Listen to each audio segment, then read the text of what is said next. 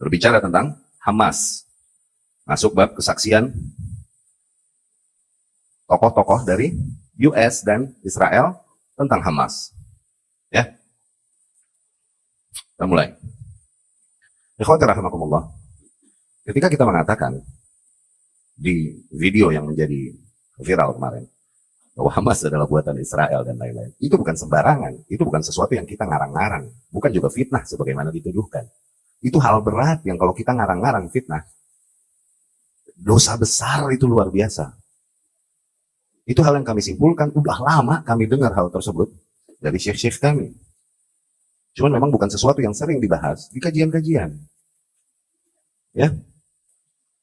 Dan sebenarnya kalau seseorang memang mencari bukti, itu dengan mudah dapat didapatkan, baik di YouTube, kalau dia googling, itu mudah didapatkan bukti tersebut. Bahwa ya, Hamas hakikatnya buatan Israel.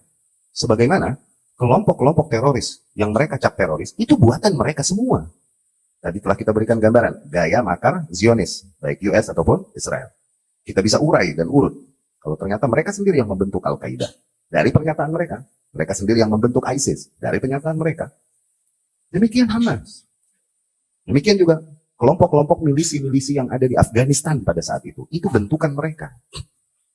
Ini dirangkum dari mana? Dari pernyataan dan pengakuan mereka sendiri.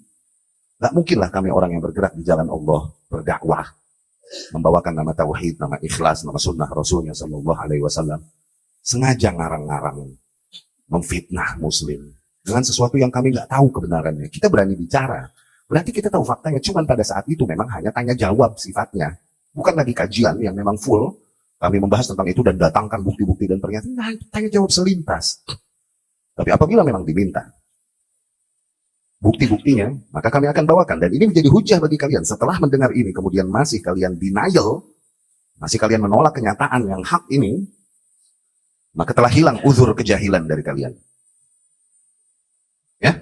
Wa amrukilallah. Dan urusanmu, perhitunganmu, ada pada Allah. Kita lihat buktinya. Jurnalis Mehdi Hasan, dari kantor berita The Intercept. Intercept ini Investigative Non-Profit News Organization. Ya, organisasi berita investigasi yang sifatnya non-profit.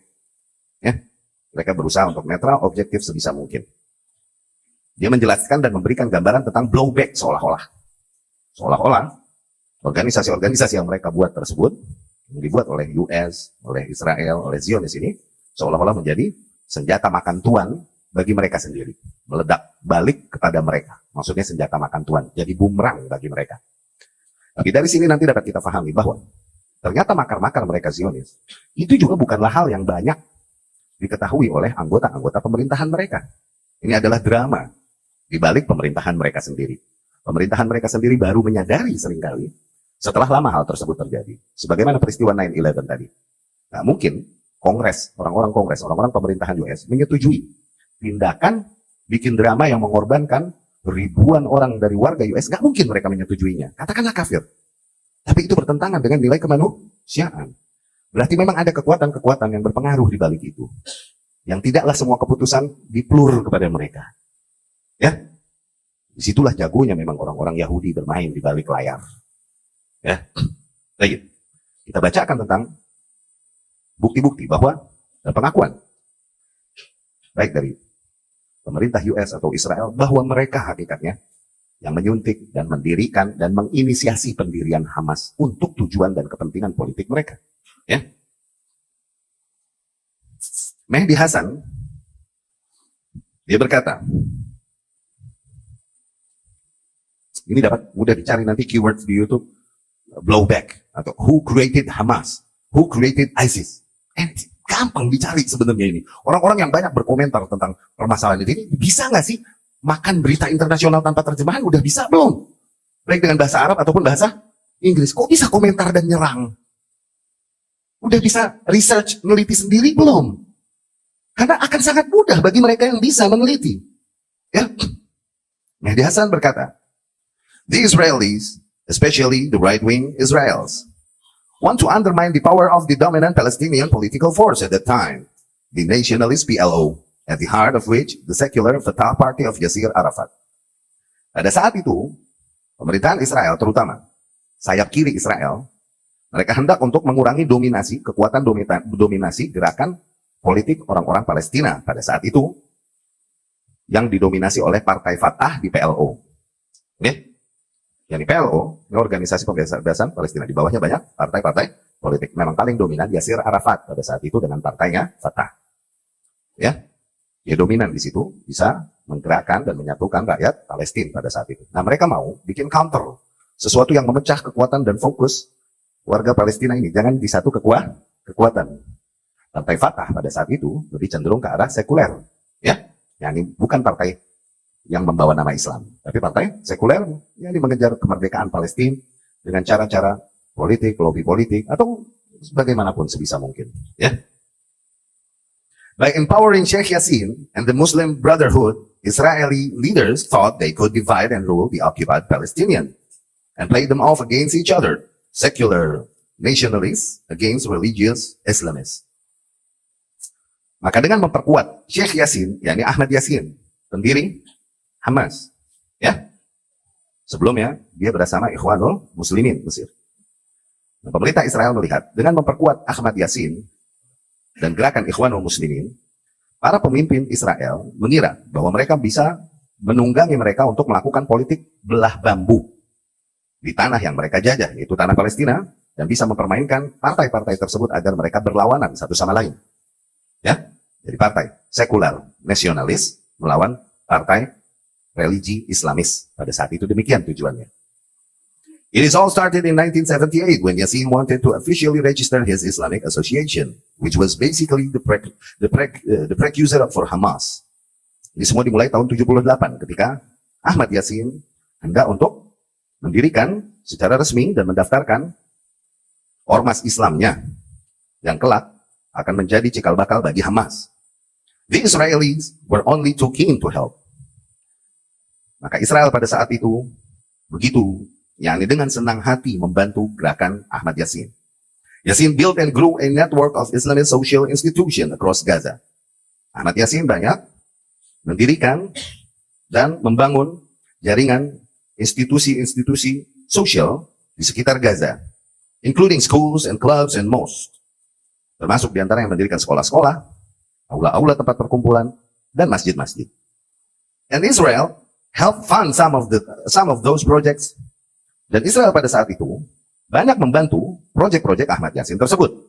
Most American politicians have no clue about this. Bahkan banyak politisi Amerika pada saat itu tidak mengetahui tentang langkah yang diambil Israel ini. Former Republican Congressman Ron Paul once made this point on the floor of the House. Sampai satu hari, seorang mantan kongresmen dari Partai Republik di US, yaitu Ron Paul, menegaskan hal ini di rapat kongres mereka. Yang menegaskan bahwasanya hakikatnya kita yang mendirikan Hamas. Ya, Ron Paul ini seorang Republican anggota Kongres US. Dia menjelaskan bagaimana sebenarnya Israel dan US menciptakan Hamas dan apa tujuan intinya. Dan di mana Hamas pada saat ini justru lebih liar dan menjadi bumerang bagi mereka. Dan dari keterangannya juga terdapat pengakuan jelas bahwa hakikatnya gerakan ormas-ormas jihadi di negeri-negeri Arab atau negeri-negeri kaum muslimin hakikatnya adalah buatan mereka juga. Nah, ini yang tadi kita katakan. Bahkan orang-orang kongresnya sendiri seringkali nggak tahu tentang kebijakan-kebijakan yang ada di balik layar. Pemerintahan sendiri nggak tahu. Ya, Ron Paul mengatakan dengan jelas, you know, Hamas, if you look at the history, you'll find that Hamas was encouraged and really started by Israel. Kau tahu, Hamas, apabila kita lihat sejarah, maka kau akan temukan dengan jelas bahwasanya Hamas itu didorong dan benar-benar dimulai oleh Israel. Because they wanted Hamas to counteract Yasir Arafat. Dengan tujuan memang mereka hendak untuk menjadikan Hamas sebagai pesaing bagi Yasir Arafat. Yeah, that was better than and served his purpose. Ya, pada saat didirikan dulu memang efektif tujuan tersebut untuk mengurangi dominasi Yasir Arafat. So we first indirectly and directly through Israel help establish Hamas. Maka bagaimanapun kita, yang di US, melalui Israel, baik secara langsung atau tidak, kita membantu mereka untuk mendirikan Hamas. Kemudian Ron Paul pun menjelaskan gaya politik ini. During the 80s, you know, we were allied with Osama bin Laden. Dulu di tahun 80-an, kita beraliansi bahkan dengan Osama bin Laden And we were contending with the Soviets ketika kita bersaing bersama Uni Soviet. It was at that time our CIA thought it was good if we radicalize the Muslim world. Pada masa itu kita berkesimpulan, CIA berkesimpulan, kayaknya ternyata efektif juga kalau kita radikalisasi ormas-ormas Islam di negeri kaum muslimin. Ya, dengan tujuan untuk melawan dominasi Soviet juga. So we finance the madrasah school to radicalize the Muslims. Dari situ kita banyak biayai ormas-ormas Islam untuk meradikalisasi mereka, untuk senjatai mereka dan meradikalisasi mereka. Dengan tujuan untuk melawan Soviet. Tujuannya gitu dulunya awalnya. Ya, demikian jelas. Ya, kami pun bisa mendatangkan bukti-bukti kalau mau bahwa Ikhwanul Muslimin sendiri sebenarnya ansha'atuhu al-mukhadarat al-injiliziyah, sebenarnya didirikan oleh intelijensi Inggris. Bisa kami datangkan bukti. Cuman bukan pembahasan kita kali ini. Ya, jadi jelas. Apakah dusta yang anak katakan? Anak ngarang? Hah? Masih banyak lagi bukti kalau kurang puas. Kemudian Mehdi Hasan juga berkata, Arafat himself told the Italian newspaper. Arafat sendiri mengakui hal tersebut. Dia berkata kepada orang Italia yang mewawancarainya pada masa itu, dia berkata, Hamas is a creator of Israel. Hamas hakikatnya adalah ciptaan Israel. He even claimed the former Israeli Prime Minister Yitzhak Rabin, bahkan Arafat berkata bahwasanya Perdana Menteri Israel yang dulu, Yitzhak Rabin, admitted as much to him. Dia mengakui hal tersebut terang-terangan kepada Yasir Arafat, bahwa mereka yang mendirikan Hamas. Calling it a fatal error. Dia menyebut sikap Israel tersebut adalah sebuah error yang fatal. Tuh. Oke? Masih yakin? Anak dusta dan ngarang-ngarang dan fitnah? Lagi bukti. Pengakuan dari pejabat-pejabat tinggi Israel dan US sendiri. Brigadir Yitzhak Segev, Israeli military governor in Gaza. Dia yang menjabat sebagai gubernur militer di perbatasan Gaza dari bagian Israel. Told the New York Times, dia berkata kepada jurnalis dari New York Times, reporter dari New York Times, that he helped finance the Islamic movement. Bahwa dia banyak membantu pendanaan untuk gerakan-gerakan Islami as a counterweight to PLO and the communist. Sebagai pesaing nantinya bagi PLO, yakni pesaing dominasi PLO dan partai Fatah. He said, dia berkata, the Israeli government gave me a budget. Tuh, lihat. Pemerintahan Israel memberikanku dana yang besar, and the military government gives to the mosques.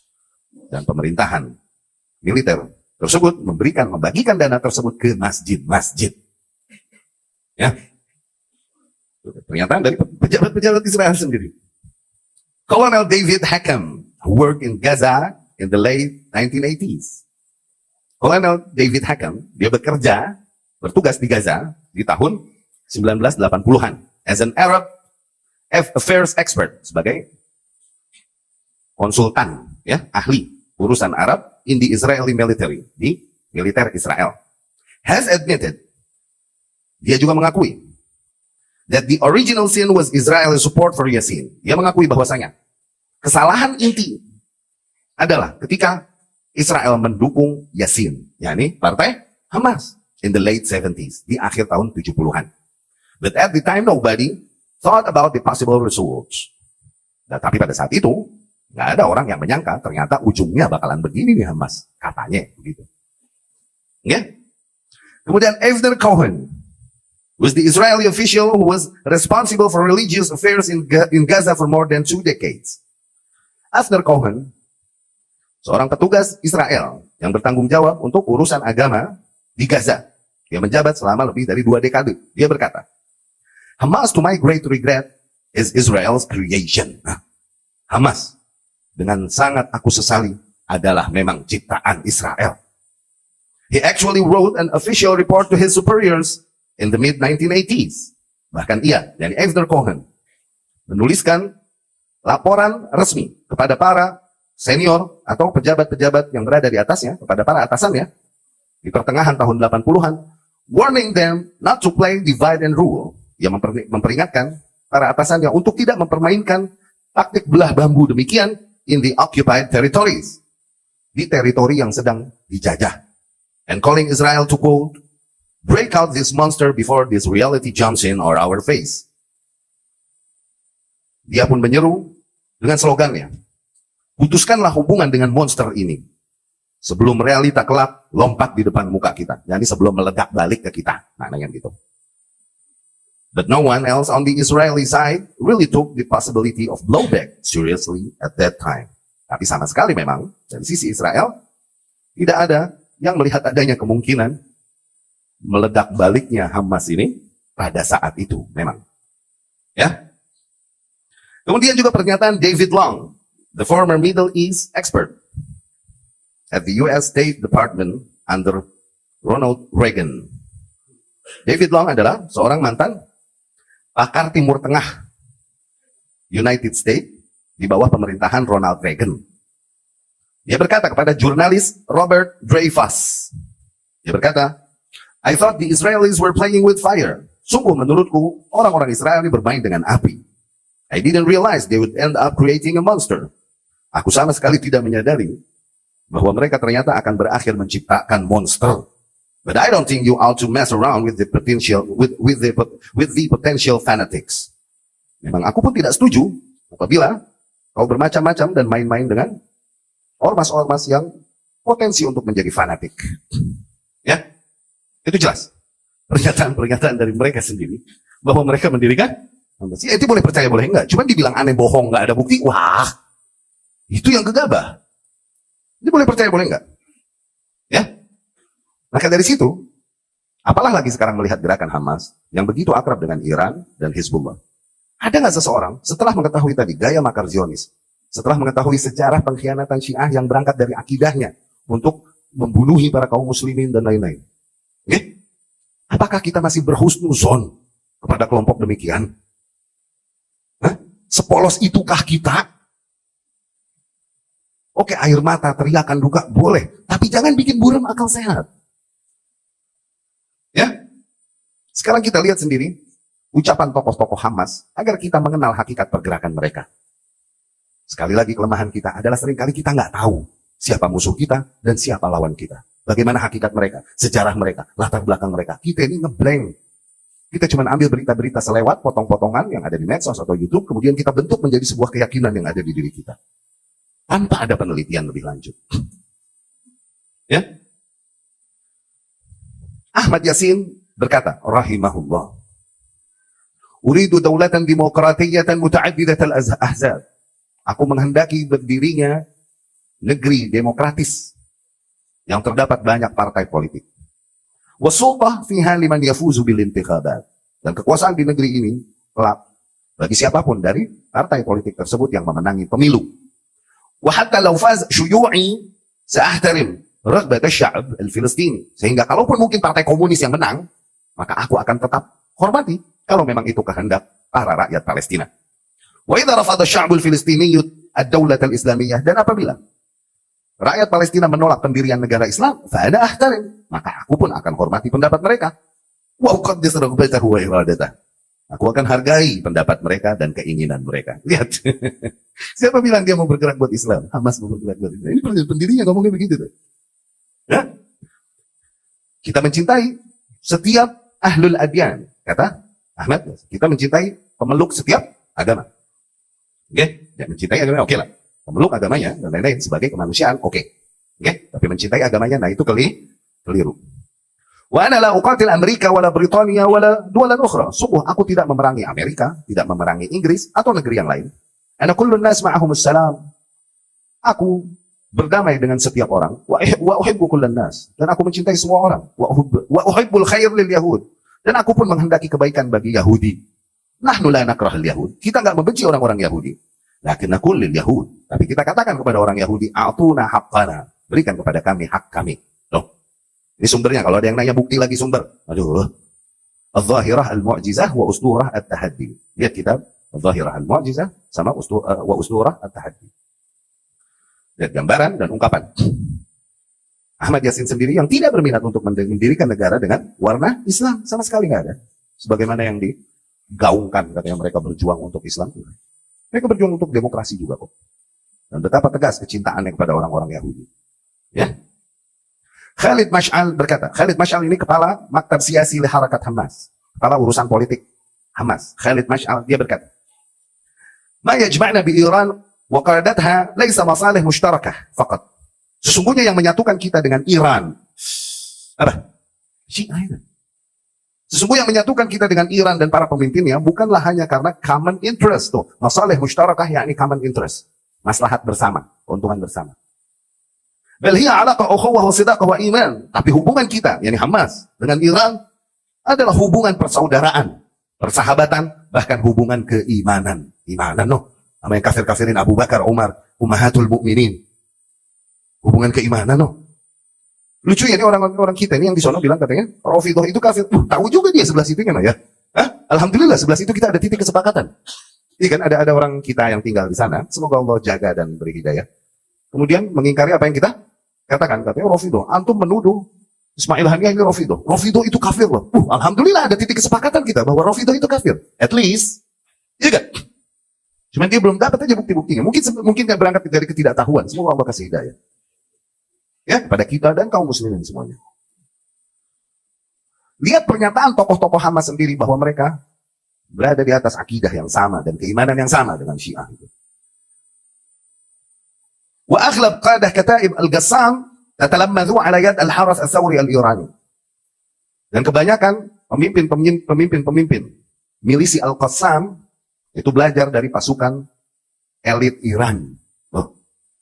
Ya, demikian yang dikatakan Khalid Mash'al, menegaskan keimanannya dan kecintaannya kepada Iran.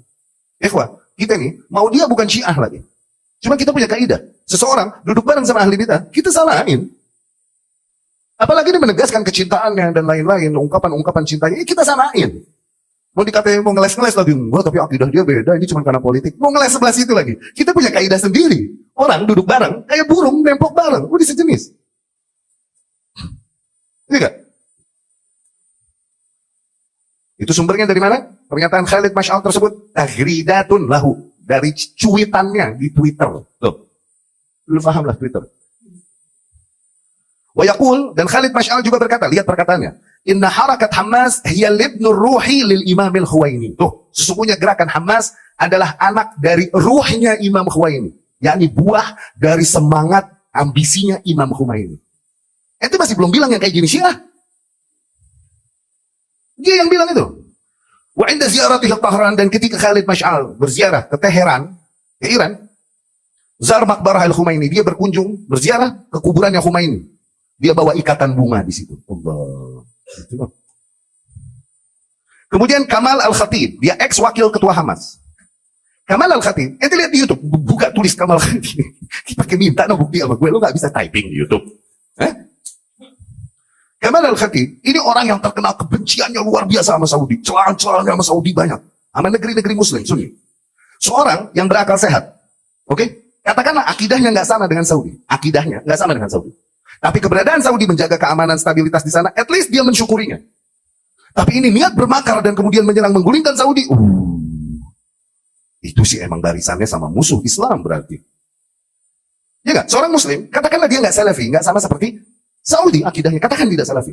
Tapi dia akan mensyukuri ketertiban, keamanan, fasilitas yang ada di sana dengan segala kekurangannya, at least tertib, aman. Man lam yashkurin nas, lam yashkurillah. Orang yang nggak bisa thankful, nggak bisa berterima kasih sama manusia, dia nggak bisa berterima kasih sama Allah. Lihat pernyataannya Kamal Al-Khatib ini.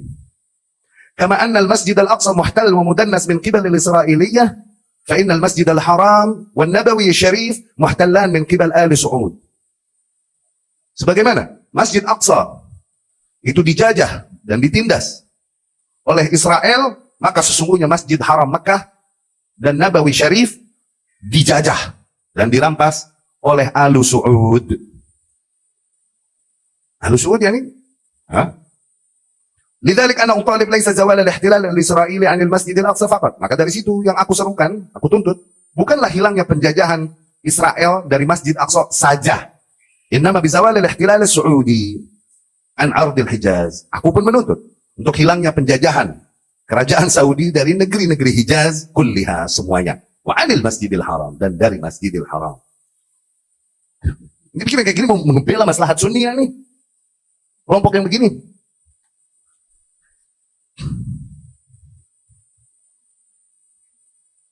Ya, coba bayangin deh makarnya. Bukankah Masjidil Aqsa di belakang kalian? Kalian katanya didirikan untuk memperjuangkan, membebaskan Masjidil. Kenapa mencoba menyerang ke depan? Hah? Kenapa coba menyerang negeri-negeri Muslim Sunni yang lain? Kenapa tentara Israel ditembaki nama Hamas beberapa tahun kemarin? Di perbatasan, tentara Mesir ditembaki nama Hamas di perbatasan Mesir sama Hamas kemarin di Sina. Kenapa ketika kerusuhan terjadi 2011 di Mesir, mereka datang ke Mesir dan menembaki para demonstran dengan tujuan untuk menjadikan kerusakan nama pemerintahan Mesir, seolah mereka yang menembaki sembarangan ini. Tuh. Dan banyak lagi kasus-kasus yang dibuat. Mereka mengambil dan berdagang melalui terowongan-terowongan rahasia mereka, melakukan perdagangan mereka dan lain-lain dengan mata uang Mesir dan lain-lain. Bukan dengan dolar. Dengan mata uang Mesir yang dengan itu nantinya menggoyang ekonomi Mesir. Ya, bukankah Masjidil Aqsa di belakang mereka? Kenapa ngarahin senjatanya ke depan? Ya, Saudi, Mesir. Ismail Haniyah berkata, "Ladaina bi Gazzah 25,000 jundi wa 5,000 intihari." Ismail Haniyah berkata, kita di Gaza memiliki 25.000 pasukan dan 5.000 kamikaze. Kamikaze ini pasukan yang bawa bom, bang, begitu. Intihari, orang bunuh diri. Yang dia bilang jihad katanya. Wa qadirina ala ihtilal Mesir. Dan kami mampu untuk menjajah, mencaplok Mesir. Wa kasar al-jaysh wa syurtah al-misriyah. Kami mampu untuk mematahkan para polisi dan tentara Mesir. Wa tadmirihim fi sa'at. Kami mampu menghancurkan Mesir dalam hitungan beberapa jam. Tuh. Sumbernya dari mana? Safhah Akhbar al-Yaum. Koran Akhbar al-Yaum Mesir. Tuh, ya. Kenapa kita jadi mabok? Terus pura-pura putih. Lihat, Anda ngarang nggak? Anda fitnah nggak berarti? Sebagaimana yang dituduhkan? Atau presiden Palestina sendiri? Dia orang yang paling memahami apa yang terjadi di negerinya tentunya, bukan? Dia menghendaki maslahat terjadi keselamatan bagi para rakyatnya. Mahmud Abbas, presiden Palestina sendiri, di dalam pidatonya, lihat di YouTube. Dia berkata, وعندما حصل العدوان قالوا في غزة وغيرها وفي الخارج لو ذهبت غزة ومحقت غزة لا يهم. Dan ketika terjadi benturan, perseteruan, yang ini seperti sekarang terjadi, maka mereka berkata, baik di Gaza atau di luar Gaza, mereka berkata andai saja Gaza hancur, hilang, itu nggak penting, nggak masalah. Tuh lihat. Demi tujuan ya, akhirnya kaum muslimin, darah jiwa kaum muslimin, negeri kaum muslimin, mereka bikin jadi collateral damage. Apa collateral damage? Lu baca sendiri deh, masa semuanya mesti gua ajarin. Dia bilang nggak penting. La yuhimmuhum antum haq Gaza, al-muhim an tabqa harakat Hamas. Nggak penting bagi mereka, kalaupun Gaza harus hancur dan hilang. Yang penting agar gerakan Hamas tetap eksis, maujudah. Qalu hada, mereka mengatakan ini. Qalahu Haniyah wa qalahu Mish'al. Itu dikatakan oleh Ismail Haniyah, itu dikatakan oleh Khalid Mish'al. La yahimmuna madza hasal. Tidak penting bagi kami efek apapun yang terjadi. Nah, sekarang bisa pikir nggak? Kok nggak mikir panjang? Puluhan ribu kaum Palestina, Muslimin Palestina mati dari gerakan mereka. Kok nggak mikir panjang sih? Nah, bisa ketangkap jawabannya. Kenapa? Dapat nggak jawabannya? ثم قال مشعل أكثر من هذا. Kemudian Mish'al berkata lebih lanjut lagi. إن الذي يجري في غزة شيء بسيط لا يؤثر علينا. Sesungguhnya yang terjadi di Gaza, yakni kematian, pembantaian, penghancuran, itu hal yang sepele, nggak berefek kepada gerakan kita. Allah, begitu loh. Kemudian ia mengumumkan bahwasanya Hamas nggak kenapa-napa kok, Hamas fine. Setelah seluruh serangan-serangan Israel itu. Demikian yang dipropagandakan di berita-berita kan, seolah-olah Hamas nggak kenapa-napa dan mereka banyak menyerang Israel. Tapi berita ratusan ribuan tetap berjatuhan tiap harinya dari para masyarakat sivil Palestina. Iya nggak? Hamas menembak IOF, ya salah. Hamas menghancurkan tank IOF. Beritanya mah begitu mulu kan? Tapi kok yang banyak mati dari rakyat Palestina mulu ya? Israel nggak nyerang Hamas, dia nyerang sivilnya, nyerang saudara kita itu.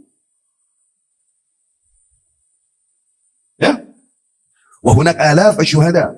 Mereka mengumumkan bahwasanya gerakan Hamas baik-baik saja. Sementara ribuan syuhada min abna'i sya'ab, dari anak-anak negeri, alaf al-jarha, ribuan orang-orang yang luka min abna'i sya'ab, dari anak-anak negeri, asyarat al-uluf minal buyut al-mahdumah. Dan sementara puluhan ribu rumah-rumah hancur. Ilal yaum, sampai sekarang. Ilal yaum mi'at alf Filistini fi Gaza ya'ishun fi Ara. Sampai sekarang, ratusan ribu orang-orang Palestina di Gaza itu hidup tunawisma fi Ara. Tunawisma, nggak punya rumah. Li'annahum la yajiduna maskanan lahum. Karena kan mereka tidak menemukan tempat tinggal bagi mereka. Lakin harakat Hamas bi khair. Tapi gerakan Hamas fine. Harakat Hamas kanat takhtafi tahta al-aghbiyah. Gerakan Hamas terus bersembunyi di bawah bunker-bunker mereka. Wa aquluha bil marrah al-ula. Nah, aku katakan pertama kali, qiyadat harakat Hamas harabat. Sesungguhnya para pemimpin gerakan Hamas tersebut kabur ila Saina. Mereka kabur ke Sina mengamankan diri mereka di sayarat Mish'al dengan mobil-mobilnya si Khalid Mish'al. Wa tarakat sya'baha yuzbah. Dan dia tinggalkan rakyatnya dibantai, disembelih. Tsumma yaqulun. Dan kemudian mereka mencitrakan diri mereka keluar, nahnu qawamna, nahnu qawamna. Kita melakukan perlawanan, kita melakukan perlawanan. Ya? Tahu pimpinan-pimpinan Hamas itu sekarang tinggal di mana? Di Qatar. Masa kita terlalu naif sih untuk memberikan uzur bahwasanya, oh ya ini kan jenderal, nggak mesti di peperangan. Masa senaif itu sih? Lihat gajinya berapa? Anda bisa sebutin gajinya, Anda bisa sebutin sumber pendapatannya dari mana aja, ada. Cuma kalau Anda nambah sebutin, nambah kelenger nggak?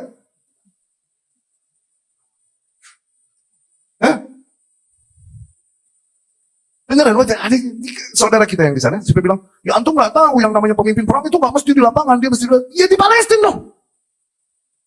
At least kalau hidup di luar yang zuhud kayak gimana, enggak jauh, jet set, billionaire lifestyle. Gampang, ini bukan rahasia intelijen. Udah di YouTube tuh udah bukan rahasia intelijen berarti jal. Cuman bedanya ente punya wawasan apa enggak, itu aja. Punya tools, punya bahasa internasional untuk konsumsi berita itu atau enggak, itu doang. Kalau udah nyampe YouTube udah bukan. Bukan rahasia berarti. Iya kan? Di New York Post disebutkan, while their people languish in poverty and are treated as human shields, sementara rakyat mereka berada di dalam kefakiran dan kekurangan dan terancam nyawa mereka sebagai tameng manusia, the leaders of Hamas live billionaire lifestyles. Justru para pemimpin Hamas, mereka hidup dengan gaya milioner. Dengan gaya hidup billionaire.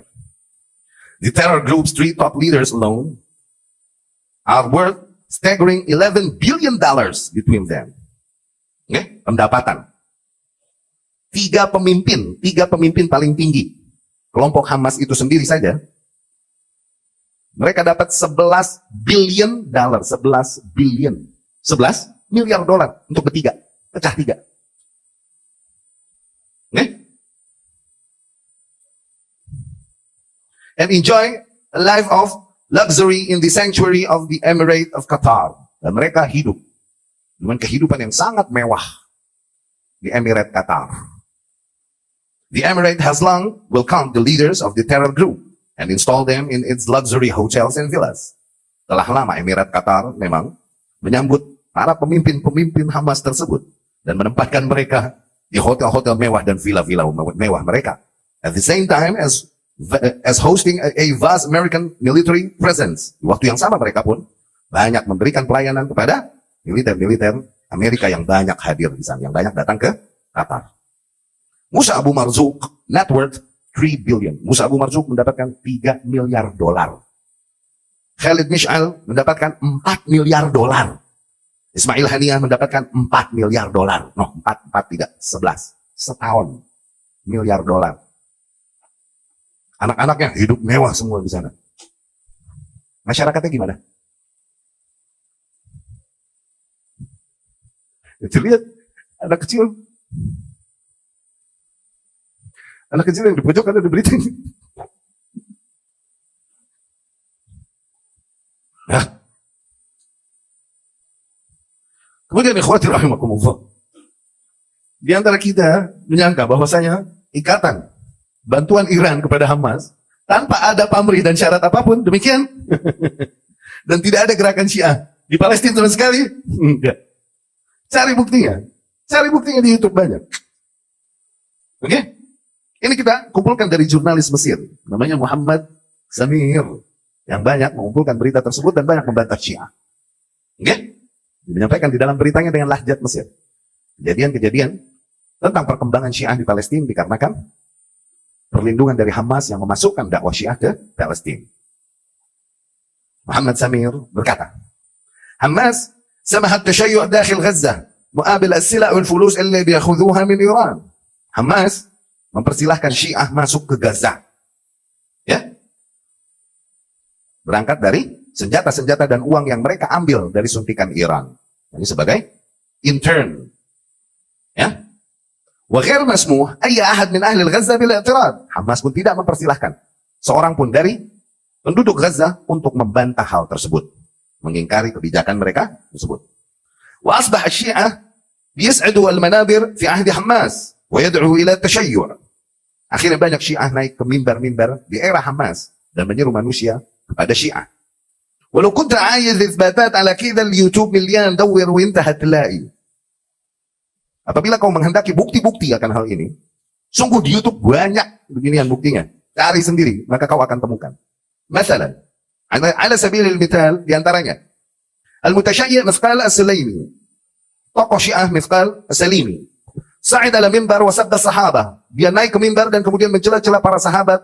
La'ana Abu Bakar wa Umar radhiyallahu anhuma. Dia mencela-cela Abu Bakar dan Umar radhiyallahu anhuma alanan amaman nas, terang-terangan di hadapan para manusia. Wa amwa'taha ahad rigal al-amn as-sabiqin. Dan pada saat itu langsung bergerak security yang ada pada saat itu di sana. Ismuhu Muhammad Al-Ma'amudi. Nama security tersebut Muhammad Al-Amudi. Amwa'atlu. Dia langsung bergerak dan membunuh si Al-Qasim As-Salimi ini yang mencela-cela, si Mithqal Salimi ini yang mencela-cela para sahabat. Dia langsung bergerak dan membunuh Mithqal Salimi. Wa hakamat alaihi mahkamat Hamas fi syahr Sabah al-Lifat bil i'dam. Tapi sidangnya Hamas justru akhirnya menjatuhkan hukuman mati kepada Muhammad Al-Amudi. Bulan 7 kemarin. Lihat. Kaman zai al-Mutashayyi' Mu'in al-Asi. Seperti juga tokoh Syiah yang bernama Mu'in al-Asi. Yas'ad al-manabir fi Gaza. Dia naik banyak mimbar di Gaza wa yad'u fiha li tashayyu', dan dia menyeru manusia kepada Syiah. Tahta as-sam' wal basar ajhizatil aman min Hamas. Dia melakukan itu di bawah perlindungan, security dari Hamas. Jadi nggak ada yang bisa nyolek dia. Nih. Dakhir wujud harakah as-sabirin asy-Syi'i اللي تعتبر wakil Iran fi Palestina. Belum lagi akhirnya berdirinya ormas di Palestina namanya as-Sabirin. Ormas namanya as-Sabirin. Ini ormas Syiah yang dianggap sebagai perpanjangan tangan Iran di Palestina. Illa asasha Hisham Salim Syi'i. Ormas tersebut didirikan oleh Hisham Salim Syiah. Al-Munshaqqah an harakat al-jihad fi Gaza. Dia pecahan, sempalan dari gerakan jihad di Gaza. وديلها نشاطات اجتماعية زي المساعدات اللي بتقدمها تحت اسم اللجنة الإمداد الخميني. Gerakan as-Sabirin ini itu punya dana banyak dan kemudian banyak melakukan gerakan sosial, membagikan bantuan-bantuan bagi rakyat Palestina. Okay? Dan mereka melakukan itu atas nama Komite Perpanjangan Tangan Khomeini. Perpanjangan Tangan Khomeini. Ya, al-imdad, yani sumbangan-sumbangan dan bantuan-bantuan dari Al-Khomeini. Ya. Wa fil waqt la yusmah fi Hamas lil salafiyyin yahmil as-silah ضد al-yahud wala mumarasat ayy nashad. Dan di waktu yang sama Hamas di Gaza tidak mempersilahkan sama sekali bagi orang-orang Salafi untuk berdakwah atau mengangkat senjata dan melawan Yahudi atau melakukan aktivitas apapun. Malah nggak dikasih dakwah Ahlus Sunnah. Lihat. Lihat kejadian Masjid Syekhul Islam di Gaza. Lihat. Mana Hamas membantai 8 orang di dalam masjid. Ya.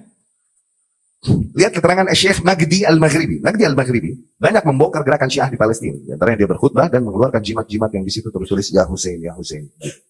Sekarang Syekh Majdi ini mu'taqal, ditangkap, di penjara, dituhmah tamzik surah Al-Kafir Al-Haliq Qasim Sulaimani. Karena kan dia merobek gambarnya Qasim Sulaimani yang kafir itu. Syiah, karena dirobek gambarnya oleh Syekh Majdi ini. Sekarang Syekh Majdi ditangkap gara-gara ngerobek gambar tokoh Syiah. Yakin Iran mau ngasih senjata bantuan kepada Hamas gratis tanpa syarat? Yakin. Sedih boleh. Tapi naif, buram, jangan. Ya,